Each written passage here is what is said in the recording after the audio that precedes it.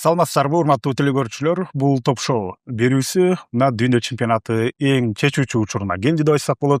Жарым финалдар башталуу алдында турат, ага чейин албетте чейрек финалдар артта калды. Дал ушул баскычтарда оюндар кандай өттү, кайсыл команда күтүлгөндөй оюн көрсөттү же болбосо кайсыл командалар үмүттү актай алган жок. Мына ушул тууралуу бүгүн талкуу жүргүзөбүз.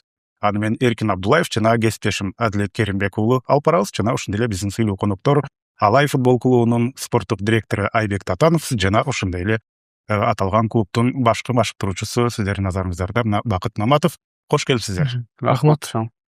Абдан сонун дүйнө чемпионаты кызыктуу же болбосо кульминация этабына келип калды. Жана сиздер канчалык деңгээлде ушул чемпионаттын беттештерин көрүп жатасыздар, ошондой эле эмнеси менен эсте калып жатат же болбосо башка чемпионаттарга караганда бир өзгөчөлөндүбү? Сиздердин пикирди бул кызык болуп турат. Айбек мырза, сиз баштай бериңиз. Негизи бул дүйнө чемпионаты 4 жылда бир келчү чемпионатты өтө күткөнбүз. Бул чемпионатыбызда өзгөчөлүгү көпчүлүгү жанагындай жаш балдар ойнотот да, кура командалардачы. Жана ошондой эле жанагындай өзгөчөлүктөрү жана мурункуга караганда жанагындай оюндун темпи көтөрүлдү деп айта кетсем болот. Себеби көрүп атасыздар, калдыстар жактан кандай правилалар өзгөрүүлөр кирилди. Ошо байланыштуу командаларда ошол именно ушул эрежелер менен макулдашып, таанышып, ошол эрежеден четке какпайлы деп ушул темпти жакшы футбол көрсөтүп кетишет деген ойдомун. Сиздин оюңуз кандай? Менин оюм биринчиден ушу айтып кетсек, биздин азыр мурунку чемпионаттарга салыштырсак, Азия командалары өтө 5-0, 6-0 утуп турат эле. Ошон жактан азыр минимальный счёттор уткуруп, даже тең атаандашкан маалдар болду. Ошондуктан мен өзгөчө ошо Азияга неме кылып кетемин. Кийинчерээкке ушул биздин Азиядагы клубдарыбыз, немелер, чемпионат сборнойларыбыз, ушулар мен ойлойм утушту баштайт деп ойлойбуз да. Мына дагы 4-5 неме өткөн сайын уже Азия немелери, сборнойлар кошот деп ишенип кетебиз. Бир жагынан алганда эми 16дан бир финалга баары эле чыккан жок. Тагыраак аз эле чыкты, бирок ошентсе дагы эң башкысы ошол эсеп айырмасы азайыптыр. Демек тең ата ойногонго дээрлик жакындап калыптыр. Демек кийинки дүйнө чемпионатында сиз айткандай ийгиликтер жаралат дегенде, ошондой эле Айбек мырза айтты, 4 жылда бир келген эми чоң майрам дегендей маанидечи. Эми ушул канчалык ушул үмүттү актады же болбосо күтүлгөн нерсени актады да? Мисалы үчүн сен өзүң деле жооп берсең, ушул 4 жылда бир бүтөбүз, анан эмнелерди көрө алдык, эмнелери сен үчүн өзгөчө эсте кала тургандай? Ушул чемпионатта мен байкашымча баардык беттештер бир кызыгууну жараткандай туюлду. Мен үчүн өтө кызыктуу болду. Бирок ушул Азия менен Африканын командалары бир аз концентрация толугу менен баары менталитет, анан стиль баары сезилет экен. Европа дисциплина менен акыркы мүнөттөргө чейин катага жол бербей ойносо, мисалы Сенегалды эле көрдүк, 2-0 эсеп сандарында Бельгияны жеңип жатты эле, андан кийин 2 голду өткөрүп алды. Анан Азиянын командалары ошо Бразилия, Японияда дагы соңку мүнөттөрдө өткөрүп калбай жатты. Бул менталитетпи же ушул чеберчиликтин жетишпей жаткандыгы, ошол мага суроо бойдон калды да. Сиздер машыктыруучу болуп эмгектенип келесиздер. Ошол жакта эмнеден футболчулар өздөрү ишенбей жатыштыбы же ошол деңгээлге жетиш керекпи? Ошондой да, 60, 70, 80 мүнөт сонун ойношот, Ооба, сонун ойноп беришет, анан жеңилип калат да аягында. Туура айтасыздар. Мен ойлойм, жана Бакыт мырза айтып кетмекчи, Азиянын командалары, курама командалары бош келген жок. Бирок сиздер айтмакчы, кийинки баскычка чыга алган жок, бирок татыктуу оюн көрсөтүш деген ойдомун. Бирок мен ойлойм, менталитет биринчи очередте турат. Себеби менталитет кичине психологияга байланыштуу. Мен ойлойм, ушу Европанын курама командалары менен биздин Азиянын, Африканын курама командаларынын айырмасы тез ой жүгүртүү максатында биздикилер бир аз ошо айтып кеткен курама командалар алсызыраак болгон үчүн Европа курама командалары буларды жеңип кийинки баскычтарга өттү деген ойдомун. Менин оюм айтып кетсек, концентрация жоготушат ушул моментте. Бир мындай кандай деңгээлде мына Египет менен Аргентинаны ооба деле айтып кетсек 2-0 жеңип атат. Буквально 15 мүнөттүн ичинде 3-2 болуп калып атат да. Ошондуктан дагы ушул жерде концентрация жоготуп атат да Египет. Ошондуктан эле дагы эле ушу уткурган матчтарды көрсөк, судьяга басылышып атпайбы? Ошол моментте биринчиден өздөрүнүн немесин, оюнуну кандай баштаса, ошол деңгээлде свистокко чейин ойносо, ошо Египет жеңишке жетет деп ойлойт элем да. Ошондуктан Аргентина бул жерде мастерство көрсөтүп койду. Акыргача ойношту көрсөтүп койду Египетке. Египет эми ушул нерсени изилдеп, ушу кийинки чемпионат мирге жакшы даярданып келсе, жеңишке сөзсүз жетет деп ишенем.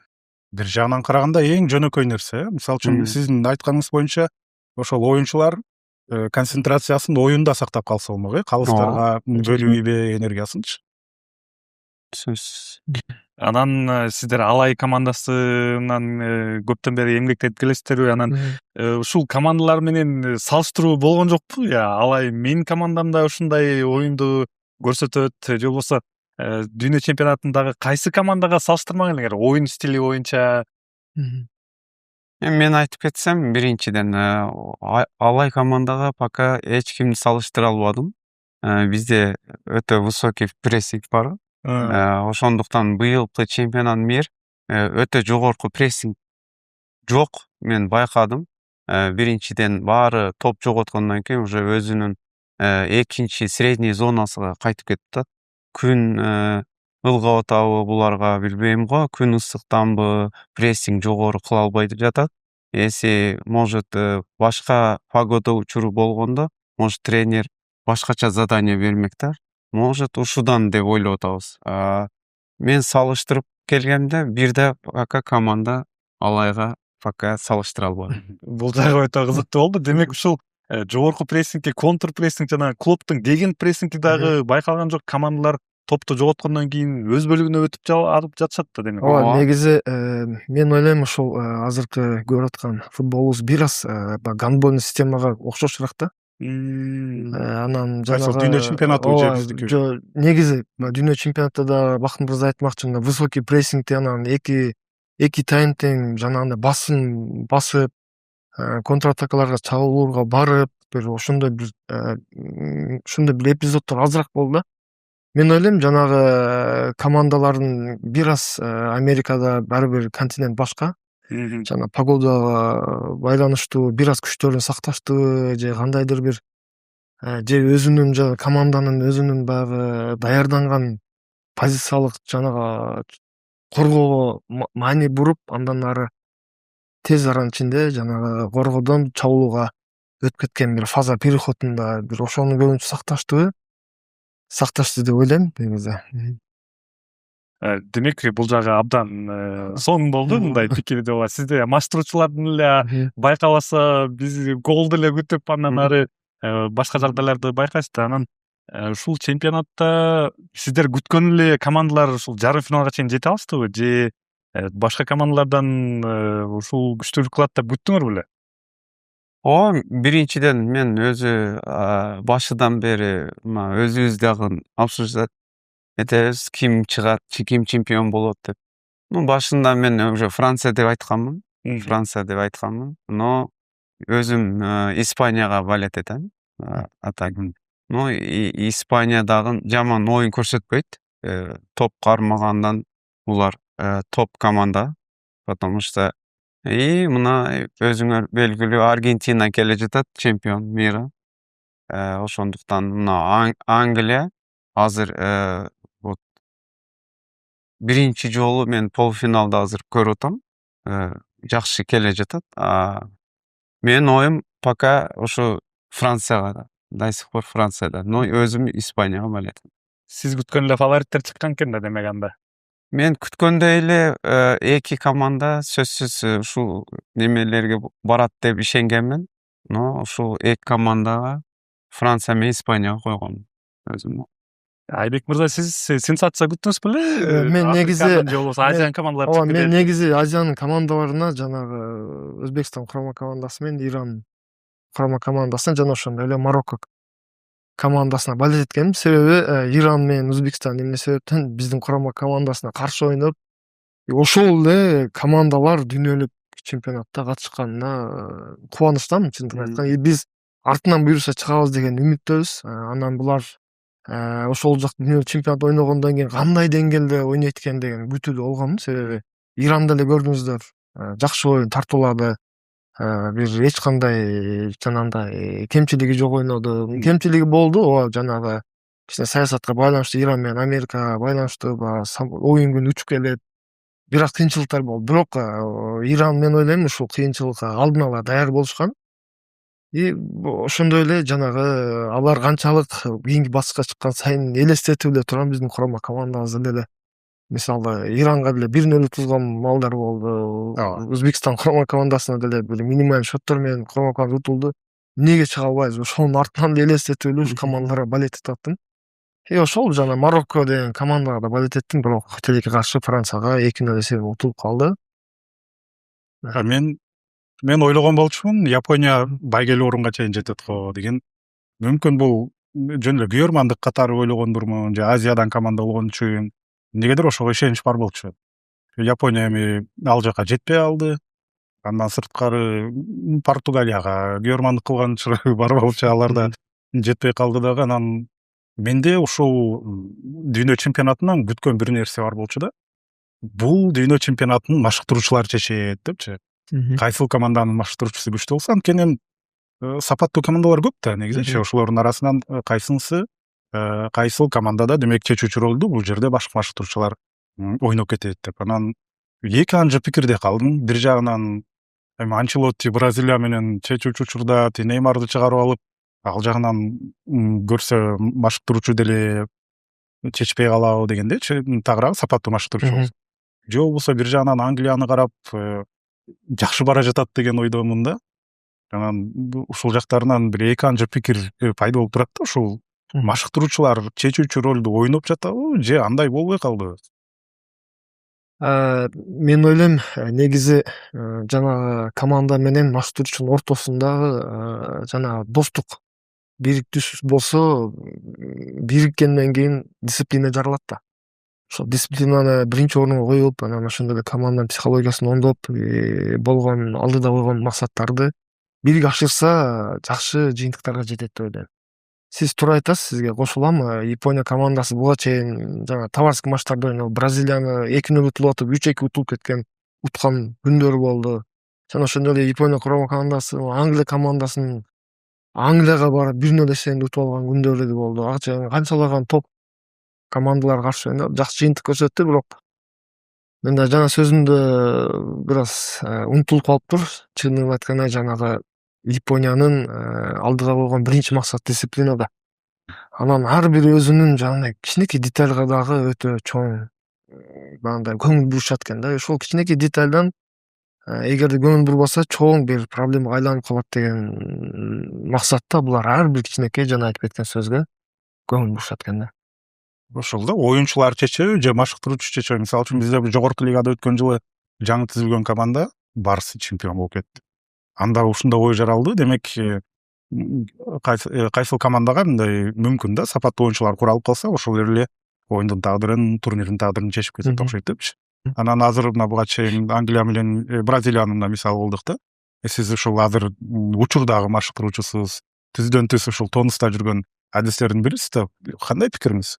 Менин пикирим, биринчиден машыктыруучу эми баары эле күчтүү.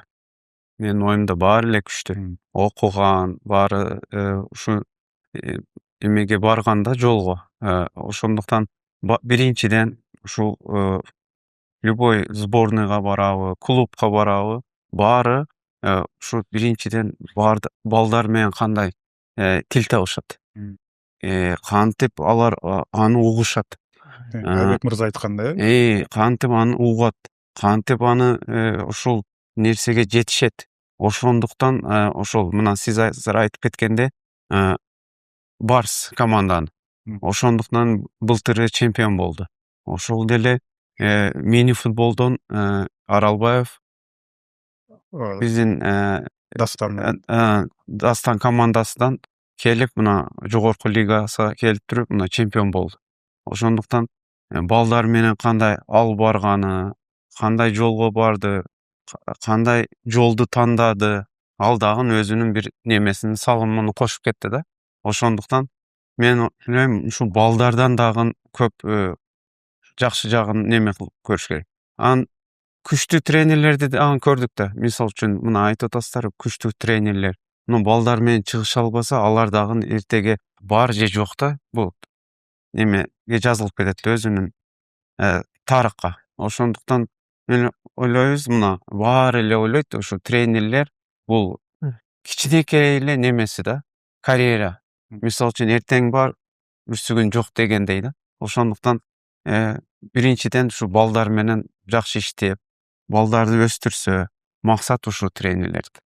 Ошо сизде Ооба. сөзүңүзгө бөлүп койдум.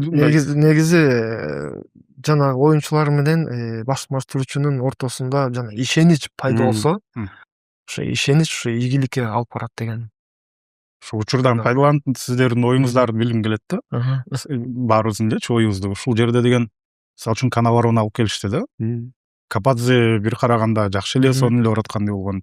Ушул эки суроону бергим келет да. Клубдук башкаруучу менен кураманын башкаруучусунда айырма болобу, иштөө ыкмасындачы, анткени мүмкүн мындай жерлерге жана Зидан сыяктуу келип мотивация берген бирөө керектир. Же болбосо ошол эле мына Өзбекстанда мына Канаваровну алып келгени канчалык туура болду, ушул команда менен чогуу жүргөн, сиздер айткан жанагы химия баары бири-бирин түшүнгөнчү. Ушул сыяктуу мисалдарды кандай ойлойсуз? Кападзенин калганы туура беле же Канаваровнун келгени туура беле дегендей?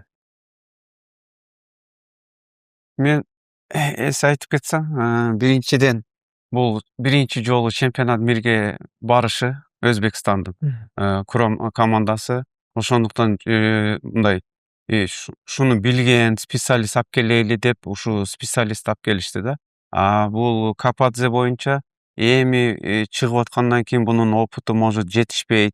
Ушул жакты караганда булардын руководствосу. Ушул руководствосуна ушу Канаварага ишеним артты да көбүрөөк. Бул ишеничти ушу өзүнүн балдары ушу нерсе деңгээли ушу жерге чейин жетет экен да.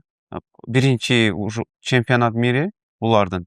Но келечекте булар дагы кошот деп ишенебиз. Но кийинки чемпионатта бул каталардан жакшы жыйынтык кылып чыгат деп ойлойбуз. Так Канаварада эле жаман көрсөткөн жок. Жакшы оюндарды тартуулады.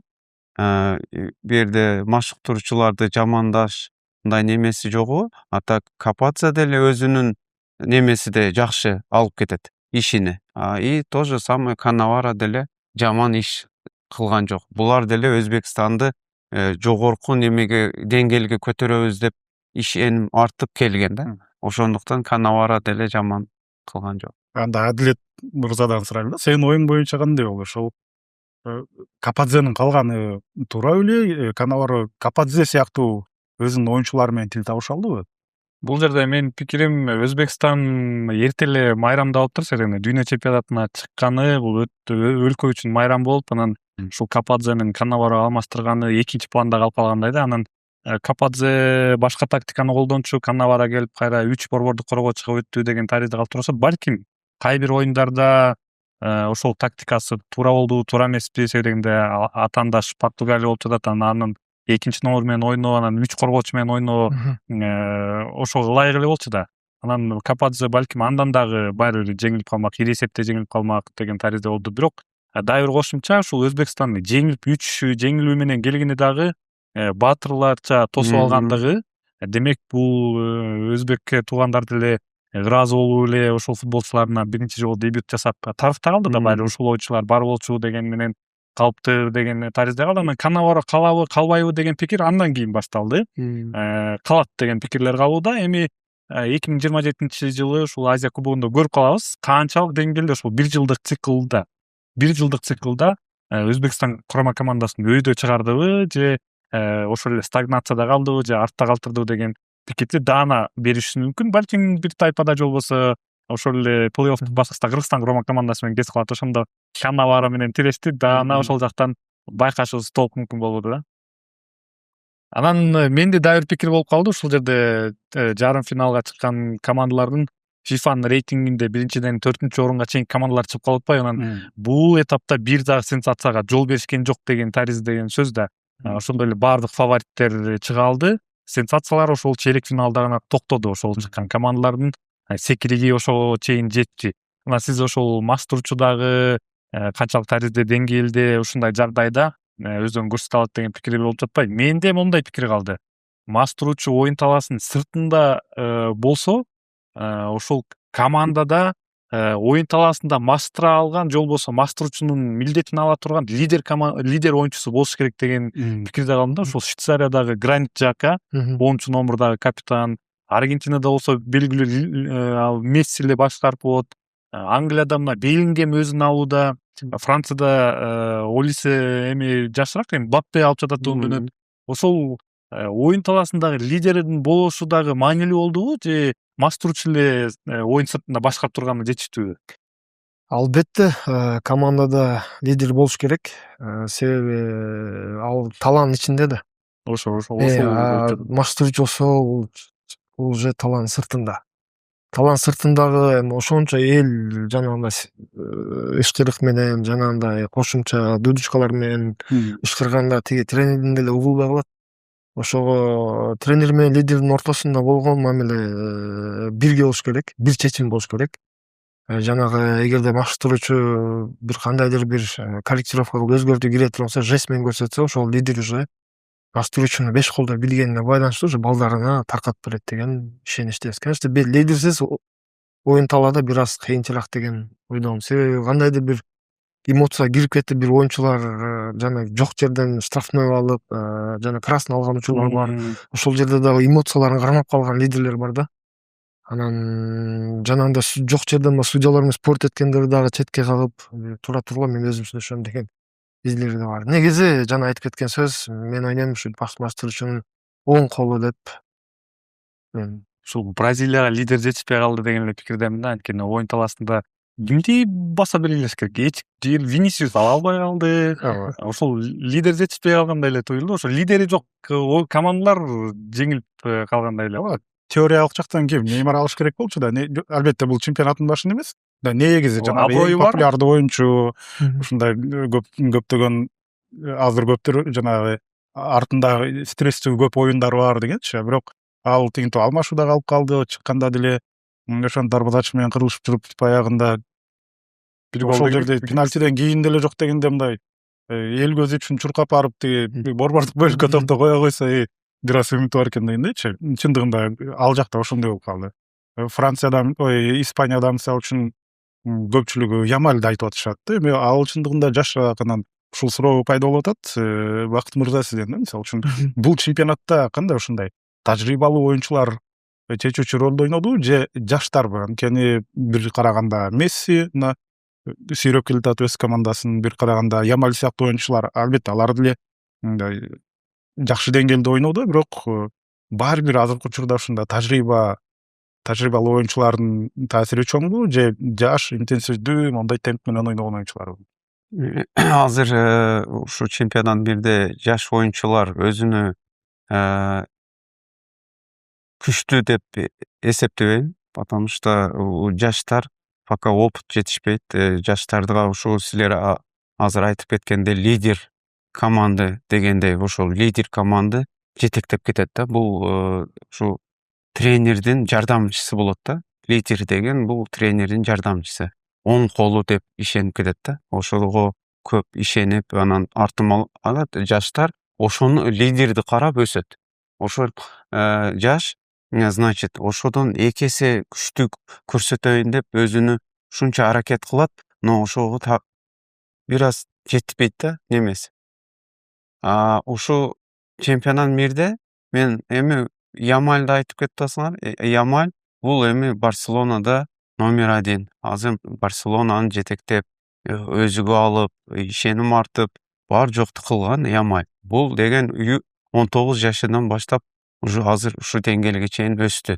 Бул чемпионат мирде дагы Ямаль азыр после травмадан кийин эми восстановиться этип өзүгө келип жаткан маалы да. Мына азыр ушул полуфинал, финалда Ямаль өзүнүн немесин айтат.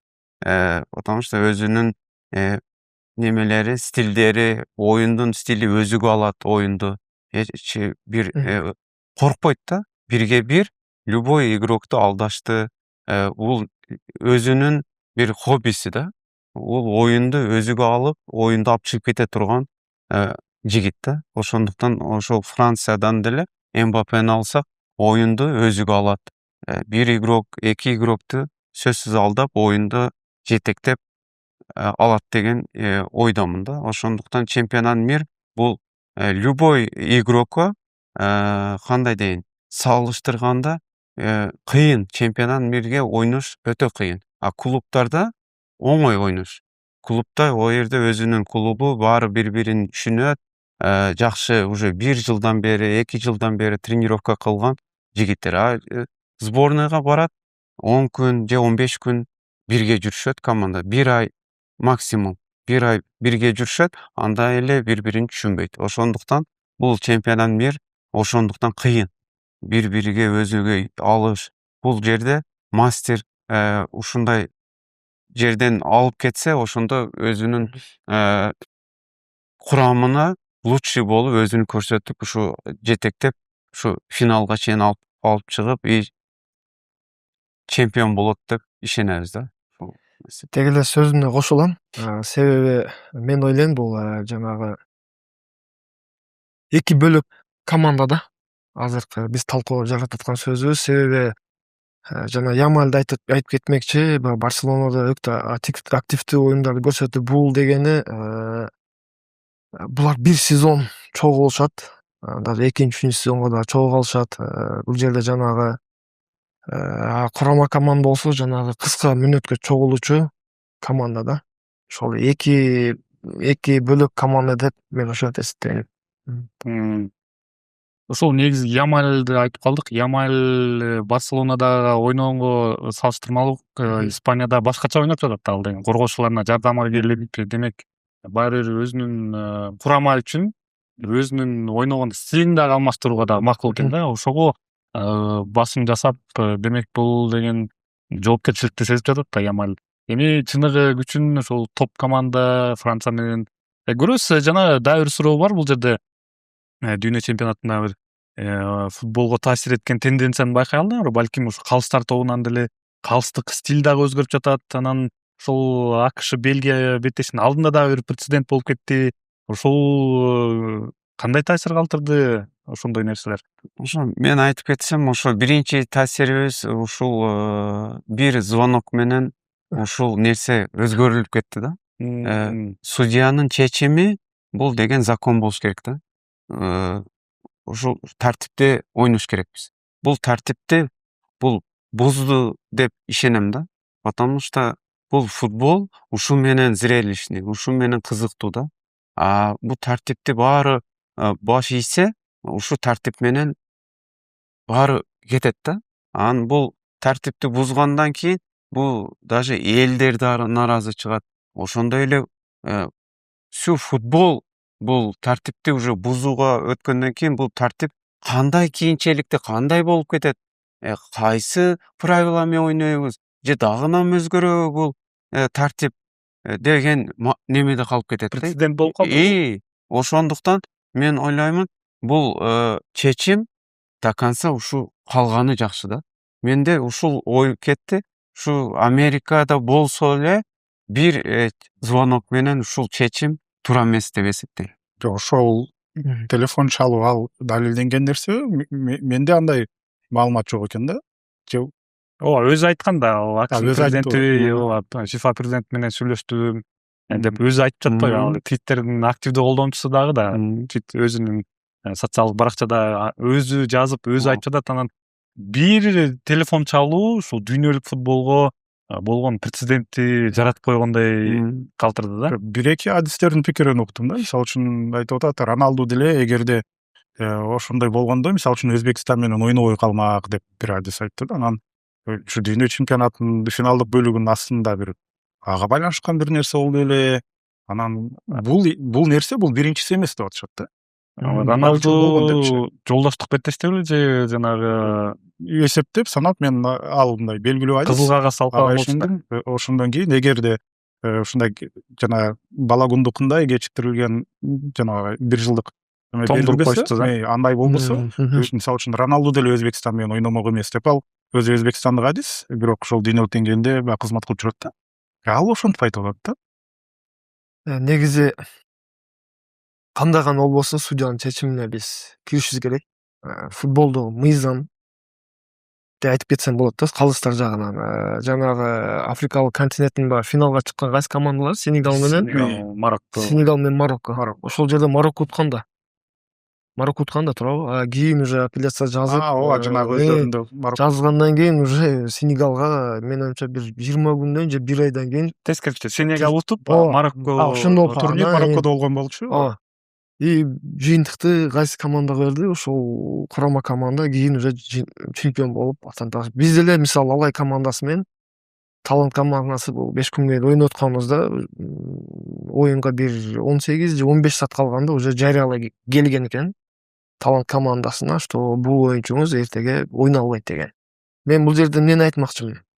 Бул жерде жанагындай азыр технологиялар көбөйгөн, VAR системалары көбөйгөн, ошол боюнча карагандагы жанагы ошол инцидентти обсуждать этип отурчу мүчөлөр бар да өзүнчөчү.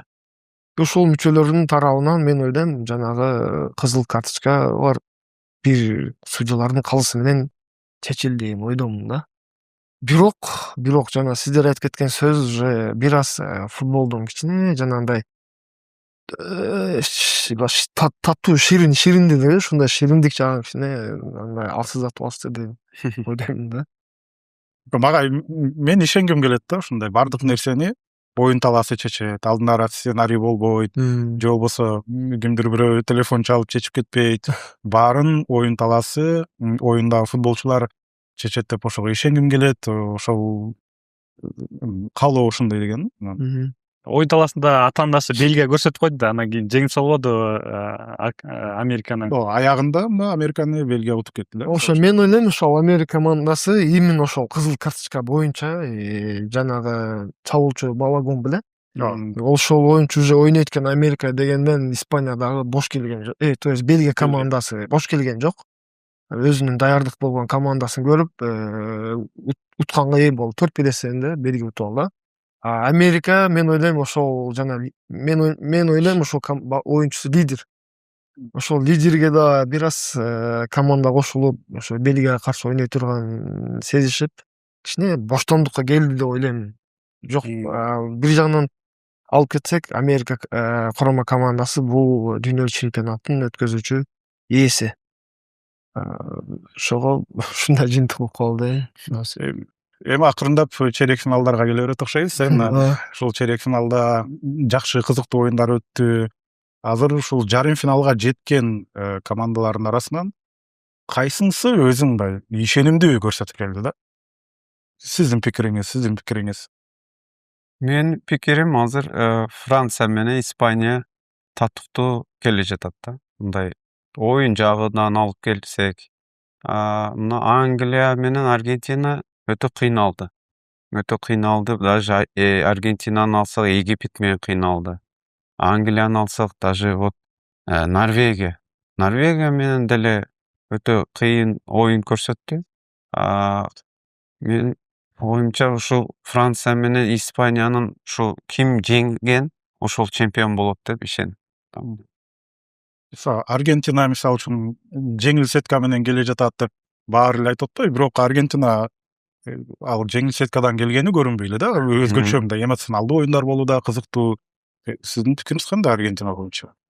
Аргентина жанагы жакшы атага чыкпаган курама командалар ойноду, бирок ага карабастан Аргентинага каршы ойногон командалар өзүнүн характерин дагы, өзүнүн жана почеркин да көрсөтүп кетишти Аргентинага. Себеби дүйнөлүк чемпионатта эч кандай боштондук оюндар жок депчи. Анан Аргентина дагы негизи сиздер айтып кеткенче кыйынчылык менен келди да. Мм. Кыйынчылык менен келди, бирок мен ойлойм, кыйынчылык менен келген команда чемпион болот го депчи.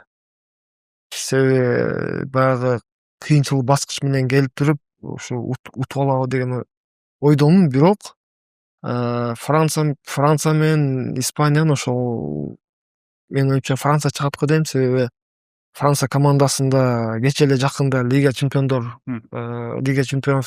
Пари Сен-Жермен чемпион болду. Ал жердин составында көптөгөн оюнчулар ойнойт. Деги эле курама командасында Францияда өтө жаш, таланттуу балдар ойнойт да, футболчуларчы. Анан алар дагы андай өзүнүн трансфер маркеттеги стоимостун да ишке ашырып, өзүнүн дагы жанагы алтын топко жанагындай ээ болгусу келишет да. Бирок мен ойлойм ушу Франция менен Аргентина финалга чыгат. Бирок дагы бир жагын айтып кетсем болот. Англия командасы акыркы жолу 66-жылы чемпион болгон. Ошого арадан уже 60 жыл өттүр. Жеңишке суусап турган Ооба, маал. жеңишке суусап, мен ойлойм бир гана жанагы Англияга күйөрмандар көп болсо керек деп ойлойм. Себеби буга чейин Англия группадан чыгып эле утулуп калат, серия пенальтилеринде утулуп калат. Бирок айтып кетсе канчалаган жанагы жылдыз оюнчулар ушу Англия чемпионатынан өсүп келет да. Буюрса. Ошого билбейм, мен оюмча Шансы бар. ошо Англия менен Франция чыкса, ошо менимче Англия утса Жакшы болот. өтө жакшы болмок. Бардыгын Бир аздан кийин дагы кайрылабыз. Ошондо мисалы үчүн Франция менен Марокконун Марокко күйөрмандар чындыгында көп болду. Анан эмне болду ушунчалык Франциянын фонунда Марокко такыр эле байкалбай калды да. Бул жанагы борбордук чабуулчусунун жогу ошол эле бир мисалбы? Мароккого эмне жетишкен жок? Сенин эле пикириңди айтсаң. Бул Франциянын канчалык күчтүү экени эле көрүнүп калды. Себеби Марокко өтө көп ишеним артып алышкан, бирок Франция Мароккодон балким 2 эсеге жакындап алса дагы статистикасын, ошол оюндагы статистиканы көргөндө эле дагы байкалат да. Топко ээлик кылганы, соккулар, ошол эле оюндан да көрө алдык. Демек, Марокконун деңгээлине караганда Франция өтө эле күчтүү. Себеби биринчи таймдагы эле пенальтини киргизе албай калды. Эгерде ал кирсе 3-0 эсеп болуп калмак, или эсеп болуп калмак да. Анан Франция күчтүү экендигин 0-0 эсеп калды биринчи таймдан кийин. Экинчи таймда дагы бир өзүнө болгон ишеним ушунчалык экен. Ушул Францияда оюн талаасынан көрсө болот да. Ушул чейрек финалдардын арасынан эң ишенимдүү чыккан команда бул Франция болду. Анан Испанияны канчалык деңгээлде, ал жерде Бельгия менен мынчалык кыйналат экен деп күткөн эмесмин чындыгында. Бирок ушул ал жерде Джокер, Мерино бар экен. Анан ушул Франция Испания тиреши мен үчүн ушул жана чемпиондар лигасын айтып кетпебиз. Биз Пари Сен-Жермен эле Арсеналдын тирешинде эле болуп калчу да, себеби Мерино көрсөтүп жатат, жакта Дембеле бар. Финалдын ошол финал сыяктуу болуп калышы мүмкүн болду да. Ал эми экинчи ылдый жактагы жупта бул жерде Азыр ушул эме суроо алгым келип атат да, анткени мен үчүн кызыктуу бир суроо бар. Демек, кыйналып утту, Испания кыйналып утту дегенде, ошондо Испания демек бул оюнда да гол өткөрбөйт деген ой бар беле? Анан сенин пикириңди угуп, анан сиздерден сурасак да, ушул баскычка чейин Испания гол өткөрбөй келди, анын сыры эмнеде дегендей.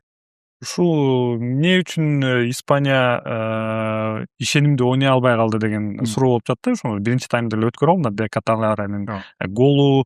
Анан демек ушул топ команда менен сыноону өтө элекпи деген да суроо бар да Испания. Эми кызык, ушул жарым финалда чындап күчтүү болсо, чындап учурдагы чемпион, Европанын чемпиону да ушул Франция менен далилдейт болуш керек. Де Ла Фуэнте баардык кандай куралы бар, ошонун баарын чыгарыш керек. Ямальды 5-чи коргоочу кылбай, ана чабуул менен жооп береби, топту көзөмөлдөйбү? Родри чын эле алтын топтун ээси болгонбу? Ошол суроонун баарын ошол жарым финалдык бентеш ачыктайт го деп турам да.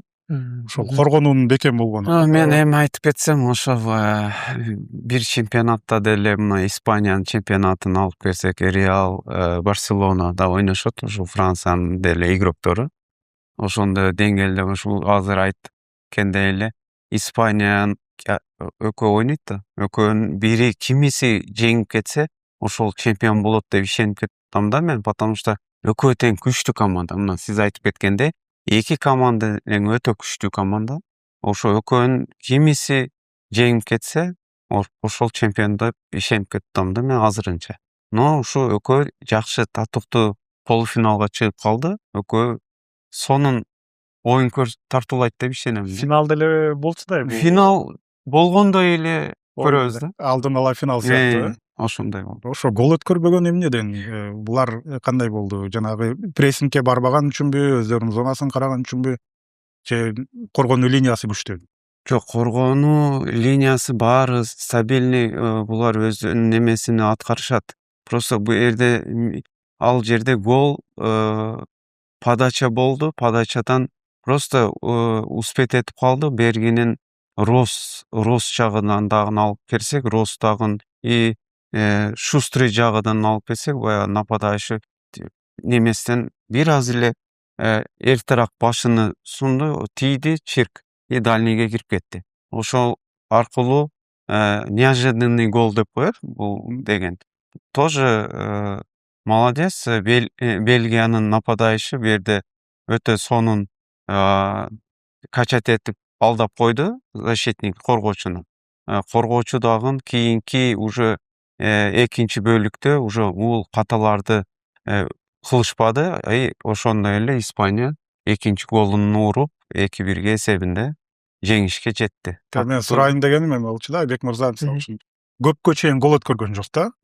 Испания деген тайпалык оюндарда гол өткөргөн жок. Андан кийинки баскычтарда бул жагынан чындыгында рекорд жасады. Ушундай сиз кандай карайсыз да? Мындай системалуу түрдө көпкө чейин гол өткөргө келип, Бельгиядан гана өткөрбөдү. Негизи жана футболдук сөз менен айтып кетчү нерсе бул игра строится с обороны дейт да. Бул фокустук эмес, демек. Бул фокустук эмес. Жанагы коргоон канчалык бекем болсо, сен ошол биринчи таймда же экинчи таймда 2-3 чабуулу менен, фаза переход менен барып гол уруп коюшу мүмкүн. Жанагы анан баягы коргоо маселесине көп урган себеби азыркы командалардын көбү билип атасыздар. Бир гол киргизип алгандан кийин бир аз коргоого көбүрөөк көңүл буруп атышат. Мен ойлойм, Франция менен Испания беттешинде бул чыныгы жанагы индивидуалдуу жана ошондой эле тактический жактуу ушундай оюн болот деп ойлойм. Аргентина менен Англиянын оюнун мен ойлойм ушу Англиянын чемпионатындагы командалардын жанагы тез оюн болот деген ойдомун. Себеби Аргентинада да баягы 2-3 оюнчу коргоочу Ромео деген деле жанагы Аргентинанын өзүнүн дарбазачысы деле Англия командасынын чемпионаты менен жакшы таанышка байланыштуу. Булар ошо тез оюн көрсөтөт деген ойдомун. Франция, Испания жана айтып кеткендей бир аз тез ой жүгүртүү и индивидуал жана тактический жагынан оюн көрсөтүшөт деген үмүттөнөбүз. Ошо кийинки эки оюнга Англия менен Норвегия, викингдердин жүрүшү токтоду дегендейчи. Ушул башкы сенсация жоопкерчиликти Норвегия алды эмнет. Ошол сенсация боюнча, ачылыш боюнча Марокко эми өткөнкү чемпионатта финалга, жарым финалга чейин жетип барбады беле. Норвегия бул жолкусунда Холланддын биринчи дүйнө чемпионатында 7 голду жараткандыгы, командалык оюну чындап эле мен үчүн сенсация, ачылыш бул Норвегия болду. Сиздер кандай ойдо калдыңар? Ошондой эле болду окшойт. Же башка командадан күттүңөр беле? Жок, Норвегия өтө сонун оюн көрсөттү. Ушу Холланд, Эдегер өзүнүн лидер качествосын алды. Топту кармады. Любой жерге барса дагы ушу через ошол оюн жүрдү да. Ошондуктан топ кармап, ошол атаканы баштап, ошо коргондо шашпай атаканы кармап, кээ жерде пауза кармап, топ кармап, балдарга күч дем дегенде лидер качествосын алды деп ишенем. Ошондуктан булар биримде болду. Анан күйөрмандары дагы өзгөчө бир стиль көрсөтүп койду. Кандай балет этишти, бул мага тоже жакты. Уже түшүп алып, күтүп, барабанды уруп, баары как лодкада бирде кетип аткандай, кайыкта кетип аткандай неме кылып коюшту. Эч ким биздин немебизде түшпөйт, баарыбыз бир эликте деп ушу команда өзгөчө мага калды деп ишенем. Ушу негизи Норвегия Англия оюнунда жана дүйнөлүк чемпионатка катышканга байланыштуу ушу Норвегия командасы өтө жанагындай этияттык менен өтө жанагындай өзүнүн баягы позициондук чабуулары менен жакшы оюн көрсөттү деп ойлойм. Бирок бул жерде биле кетишибиз керек. Себеби Холланд Англияда ойнойт да, Манчестер Ситиде. Курама команда Англияда анын одноклубник бар. Стоунс деген защитниктер алар биринчи жолу тааныбайт ал Холландты. Ошого булар толугу менен 100%га бул Холландтын жанагы кантип топсуз ачылуусу менен топду алгандан кийин кайсыл жака пас беришин, кайсыл жак менен кайсыл воротага айландырып коюп гол урушун толугу менен эске алышты дагы. Англиянын бүт оюнчулары өздөрүнүн чемпионатында ойнойт, каршы ойноп жүрөт. Ошентип эле эсетишип эле булар ушу Англия мен сезгем, бирок Англия утуп болот деген. Эдегорд деле тааныйт, Холланд деле тааныйт, ошону Баардыгы тааныйт. окуп билип койчу да демек. Анан ушул жактагы чемпионаттагы эң кызыктуу беттеш кайсы болду? Же болбосо дагы сиздер көргөн, же болбосо эми боло турчу болуп жатабы Франция, Испания? Балким кайсыл беттеш эсте калды? жок, мага эң кызыктуу ушул Египет менен Аргентина болду. Эң кызыктуу. Баардык эмоцияны каптырды. Эмоция, потому что мейли ушул эң аутсайдер команда болсо деле Аргентина чемпионду утуп атат деп мен сүйүнүп отурганмын. Потому что ушундай дагы сенсация болобу деген, но ушул сенсация акырынга чейин айтып кеткендей кармай албады. Но бул мастерствосун көрсөтүп койду Аргентина. Кантип ойноп, до конца сүйүстокко чейин кандай ойношту Аргентина көрсөтүп койду. Ушул жерде Египет айткандай эле ушу утканда, значит, эң сенсация жаратат эле и башкаларга дагы мотивация бермектен. Мага ушул оюн өтө жакты. Жада калса экстра таймга да жетпей калышты, ошол таңкалыштуу болуп. Негизи бул дүйнөлүк чемпионатта көп командалар өтө жакшы даярданып келишти да. Өзүбүзгө белгилүү болмокчу, кийинки басышка өткөндөн кийин көп командалар жанагы баягы физический жагы менен дагы бааланды да. Себеби экстра таймга сиздер айтмакчы барып, ал жакта дагы жөнөкөй коргоого да көңүл бурбастан чабуулууга да басым жасашып, коргоого да келип жетишип, жана айтып кеткендей, көп командалардын баягы информацияларын көп алып, ошол командага жакшы оюн тартуулап, жакшы туруштук беришти. Эми Испания Франция беттешинде жарым финалда ким фаворит болот? Франция фаворитпи же ким топко көбүрөөк көзөмөлдү кылат, же болбосо демилге ким тараптуу болот? Мен айтып кетсем, как главный тренер болуп, уже изилдеп, мен уже булардын оюнун дагы этетем, көрөм. Көп владение мячом Испания кылат. Владение мячом Испания кылат, потому что Испания топсуз ойной албайт. Дайым булар ошо мурунтан баштап топ кармап келген. До сих пор булар топ кармайт. Менин оюмча 60ка 40, 55ке 45 дегендей. Ну, большинством Испанияда топ көп кармалат. Франция ушул көп контратаканы кармайт деп ишенип кетем. Ушул Мбаппе быстрый, и ошондой эле четте дагы бир неме Олисе беле. Ошол Дембеле жаман эмес, быстрый атакующийлер. Ошо Испания ушу коргоочу бир аз мындай немеси бар, но Испания топту кармайт да, но контратаканы ушу Франциядан мен неме ишенип турам, ушу контратакасын эле кармап калса, Испания жеңишке жетет. Эси контратакадан болсо Франция ошого мен элик-эликке коем да, экөөнү. Экөө тең күчтүү команда, экөө элик-элик. Мен кими султушун билбейбиз. Демек, жеке оюм жана айтып кеткендей экөө чыныгы тактикалык оюн көрсөтүшөт. Ар бир команда жанагындай топсуз чуркап, коргонууга келип, мындай нерсе азыраак болот го дейм. Себеби эки команда тең уже топ жанагындай 4-орунга чейин рейтингде жүргөн командалар. Булар дагы зрелищный футбол көрсөтөм деген ойдо ойношот. Мен ойлойм ушул оюнда кимиси биринчи гол урса М. ошол команда өтүп кетет деген ойдомун. Бир оюнчу беттештин тагдырын чечиши мүмкүн болобу, жеке чеберчиликче андай? Албетте, бир оюнчу деде ушул кийинки баскычка, финалга беттешине алып өтүшү мүмкүн. Анан дагы бул айта кетсе, бул командалар дагы көбүрөөк жанагы стандартка да көңүл бурушат да. Себеби стандарттан подача болгондон кийин элик гол кирет да, же коргоочу команда башы менен сүзүп берет, же вратарь кармап калат, чабуучу команда сөзсүз гол урганга аракет кылат да. Ошо мен ойлойм, ушу биринчи гол урган команда кийинки баскычка чыгат деген ойлойм. Жок, мен азыр айтып кеткендей, бир оюнчу чече албайт.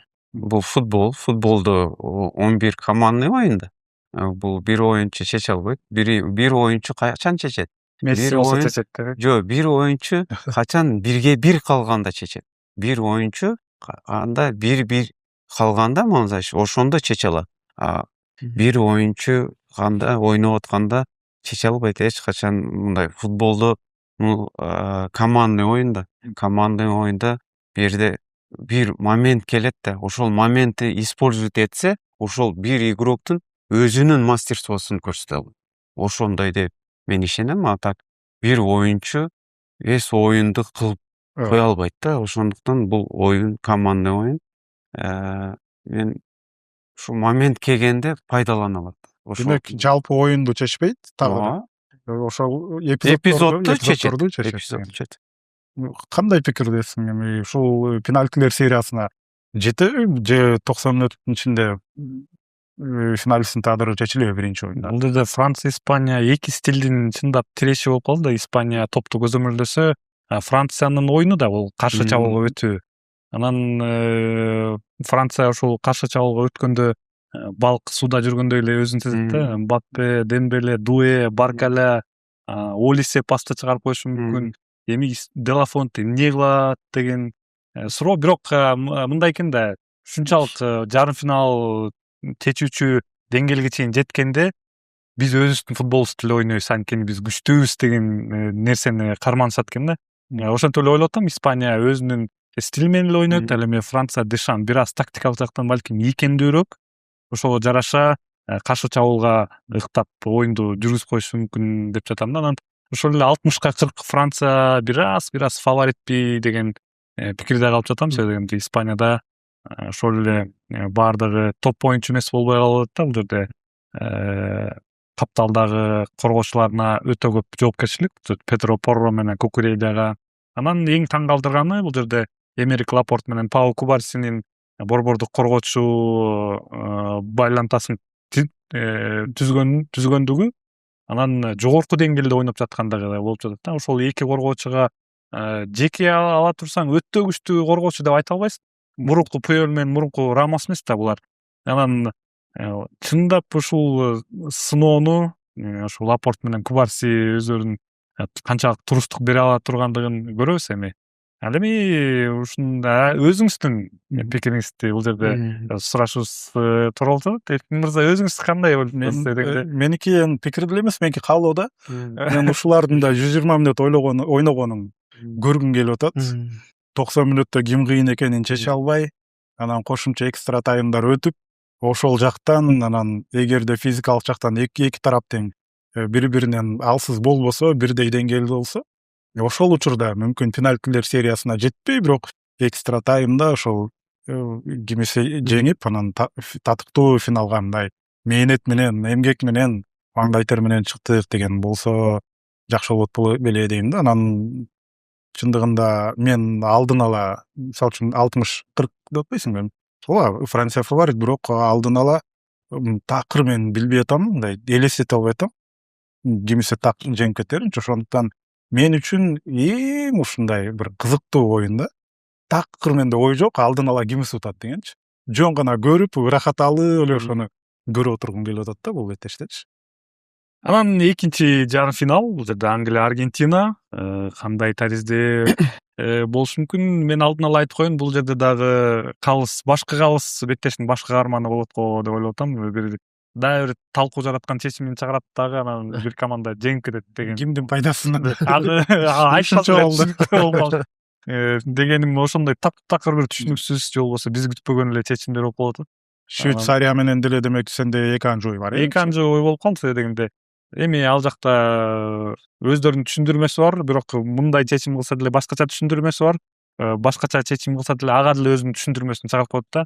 Бул жерде пенальти деле боло турган симуляция болгон жок да. Беттешти улантып кете турса деле ол болот болчу. Балким мен айпаяктын ичинде эмес болчу, ооба, каптал жакта эле болчу. Бирок симуляция ооба сары кагаз менен жазаланат. Бирок оюндун нугун сезиш керек да. Оюндун ошол чечимди кылсам оюн канчалык таризде өзгөрүп кетет деген баш кыйгалыштын дагы бир эмеси бар да, өзүнүн жоопкерчилиги. катуу эскертип коюш керек беле, Оюндун духун, оюндун нугун өзгөртпө деген тариздечи. Анан чечимди чыгарып салды, оюн таптакыр өзгөрүп кетти футболдун да. духу деген түшүнүк менен. Ооба, ошол нерсе болуп калды да. Анан ошол эле Англия, Аргентинада деле ушундай болуп калышы мүмкүн деген пикирдемин да. Эми Айбек мырза менен Бакыт мырза кандай күтүп жатат бул беттешти? Кандай болот деп ойлойсуздар? Мен азыркыдай эле айтып кетейин. Аргентина топ кармайт. Месси, потому что Месси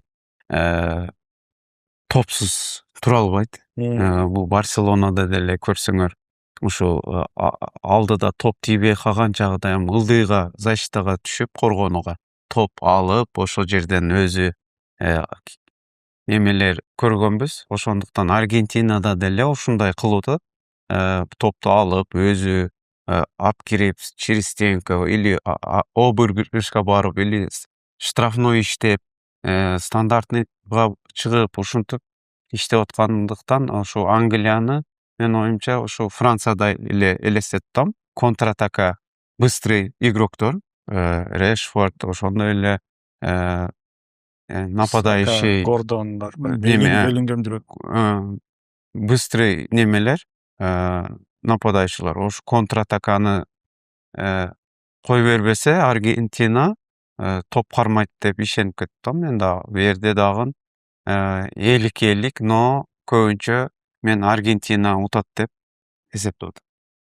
Сиздин пикириңиз? Бу жерде 4 жыл мурунку дүйнө чемпионатынын чемпиону Аргентина, билесиздер. Аны эске алышыбыз керек. Бирок Англия азыр мондойча айтканда жана футболдук сөз менен айтканда накураже да. Накураже. Мен жанагы айтып кеткен сөзүм аркага кайтсам, 60 жылдан бери дүйнөлүк чемпион болду элек экен. Ошого мен ойдойм, Англия командасы дагы өтө катуу тирешет. Менин бул оюн жана пенальти сериясына чейин барат деген ойдомун. Эми мына ошол финалга демек бул команда чыгат деген пикирлерди айтып, сиз айттыңыз. Аргентина. Ошондо баарыбыз бирден айтып чыгалы, ошондой финалга ким чыгат жана ким жеңет деп өзүнүн пикирибизди. Франциябы биринчи жуктан? Ооба, Франция башка менен? фаворит. Франция менен Англия. Франция, ооба, жаш эмоционалдуу балдар. Менин оюмча Франция Испанияны утуп чыгат. Англия, Аргентина беттешинде мен ойлойм, Англиянын анча-мынча жанагы аракеттерин может кийинки дүйнөлүк чемпионатка чакырылбай калышы мүмкүн. Деги эле ал составда деле жана Стоунс деген защиттер жүрөт. Жана Хартпы, кимди жанагы Пикфорд дарбазачы да, ал үчүн да акыркы дүйнөлүк болушу мүмкүн. Бирок ага карабастан менин оюмча Англия тирешип, Аргентина командасын утуп, Франция менен Англия ойнойт деген. Ошондо Англия финалга чыгат. Ооба, Англия, Франция. Сиздики Аргентина? Мен айтып кетсем азыр мына Аргентина менен Англия. Аргентина неге финалга чыгат? Потому что булар Месси, бул может акыркы чемпионаты. Анан топ азыр бомбардирде. Ошондон лучший алтын топ может ушунда дагы чемпион болуп калса, алтын топ алып, акыркы карьерасын может бүтүрүп калышы мүмкүн. Ошондуктан мен азыр бул Аргентинага коюп кеттим. Франция менен Испанияны алып келсек, бу жерде 50-50 деген бул экөө тең өтө күчтүү демелер, курамалар. Ошондуктан кимиси чыкса, ушу Аргентина менен Франция чыгабы, Испания, ошону билбейм. Но Аргентина менен ушу экөөнүн бирөөсү чыкса финалга экөө чыгат деп ишенем. Но чемпион мен сразу эле айтып коем, если Франция менен Испаниянын кимиси чыкса ошол чемпион. Ошол жуптан Аргентина команда болот. Ушул финалда уткуруп коет деп. ушул суроону берейин деп аткам да, билиңиз опрос сыяктуу мындай атын айтып кете тургандайчы. Эми менин оюм жок, бул деле менин каалоомдур. Мен Испания менен Англиянын беттешин көргүм келип атат. Анан Англия чемпион болсо экен деп сиз айткандай көптөн бери ойлой элек. Ошол Испанияныкы эми жакыныраак болгон да. Франция, Аргентина деле ошондой. Анан Англия чемпион болсо деген тилектемин. Ким чемпион болот? Мейли Англия болобу? Ким чемпион болот? Менин оюмча ушул жана Адлет мырза менен финалга ким чыга турганы айтылды. Франция, Англия. Мен дагы кааларым ушу Англия чемпион болсун деп. Сиздики? Меники ушу айтып атпаймынбы? Аргентина финалга чыкса, бул жактан Франция менен Испаниянын кимиси чыкса, ошол чемпион болот. Или Франция, или Испания. Кийинкиси анда ким мыкты оюнчу аталат? Кайра эле сенден баштайт окшойсуз. Бул жерде чемпион боло турган командадан мыкты аталат да баары бир. Бирок буга чейин көрсөк, финалда утулган оюнчуларга көбүнесе финалга чыккан команданын аталат. Англия чемпион болсо анда Беллингем болот го, Джуд Беллингем.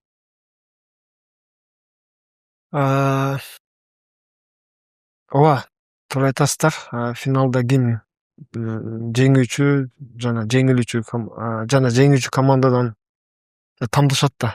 Мен ойлойм ушул Харри Кейн болот го дейм, себеби жана Германия чемпионатында Баварияда канчалаган атыш менен бомбардир болуп келе жатат. Мен ойлойм ушул Харри Кейн. Менде азыр 3 вариант бар. Айта бериңиз. 3 вариант. Аргентинадан Месси, Франциядан Мбаппе, Испаниядан капитан Родри. Ошо үчөө.